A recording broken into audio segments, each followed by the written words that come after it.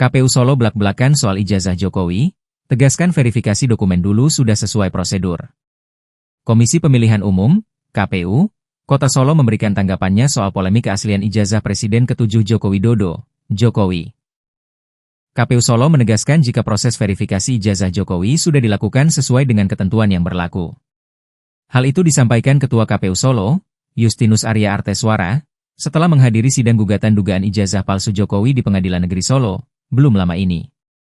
Yakin, karena kami sudah sesuai prosedur ya pada waktu itu, dan kalau mengenai itu ada semacam cacat administrasi, tidak verifikasi, ujar Justinus. Dia lantas menyinggung, saat pencalonan Jokowi sebagai wali kota Solo, tidak pernah muncul tanggapan masyarakat maupun sengketa administrasi yang berkaitan dengan keabsahan ijazah. Setahu saya itu kan tidak ada tanggapan masyarakat, tidak ada persoalan di sengketa administrasi sampai dengan diputuskan sebagai calon terpilih. Itu kan tidak ada masalah ya, jelasnya. Justinus mengatakan, verifikasi dokumen dilakukan berdasarkan alur dan standar operasional yang sudah diatur.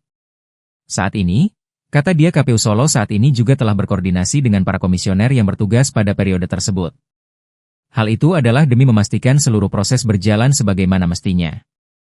Itu sudah ada prosedur ya, sebenarnya sudah sesuai prosedur lah. Dan dalam masa ini ya KPU yang saat ini sudah komunikasi dengan komisioner pada masa ini juga ya, ungkapnya.